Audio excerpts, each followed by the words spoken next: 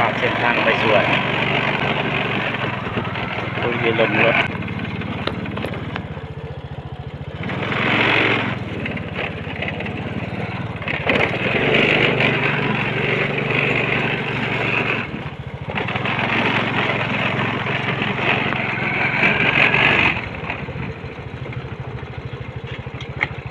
มีแต่พวกมีแต่หนองป่ายางเด้อนี่เด้อยางพาราสวนพระเจ้า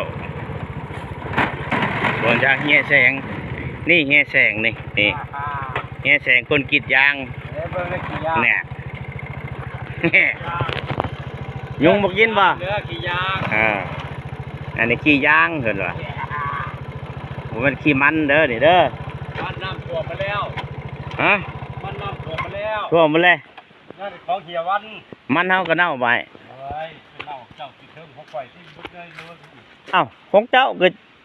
ตัวไหนมันเน่าของเจ้าเริ่มเสียงเก่าลงไปเห็นมันเป็นเรื่องอยู่ตัวเรื่องบ่อนเฮาเฮ็ดล้านทำบ่อันนี้ส่วนยางโอ้ยสะออนเพิ่นอยู่ว่ะโอ้คักแล้วกรีดเอาแต่เงินเพิ่นนี่เงินยากเงินเฮาเงินมันเงินเฮา